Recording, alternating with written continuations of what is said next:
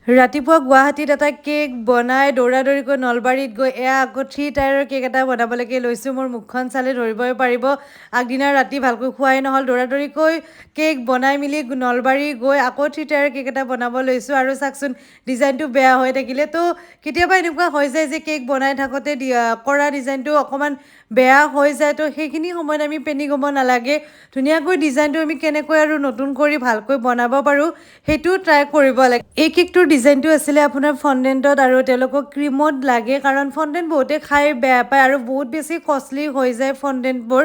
কেৱল ডিজাইন বনাবৰ কাৰণে মই ফণ্ডেণ্ট ছাজেষ্ট কৰোঁ, নতুবা আপোনালোকে যিমান পাৰে ক্ৰীমৰ কেকেই ল'ব পাৰে কাৰণ আপোনালোকে খাব পাৰিব। কাৰণ ফণ্ডেণ্টৰ বস্তুবিলাক ডিজাইনতে বহুত বেছি ভাল লাগে, কিন্তু খোৱাত সিমান মানে মই নিজেও ভাল নাপাওঁ ফণ্ডেণ্টৰ বস্তু খাই। তো এইফালে আমাৰ কেকটো ৰেডি হৈ গ'ল। তো কেনেকুৱা লাগিছে জনাব। 3 টায়াৰ কেক আছিলে আপোনাৰ 2 কেজিৰ ভিতৰত বনাব লাগে। তো এয়া আছিল আমাৰ কেকৰ ফাইনেল লুক।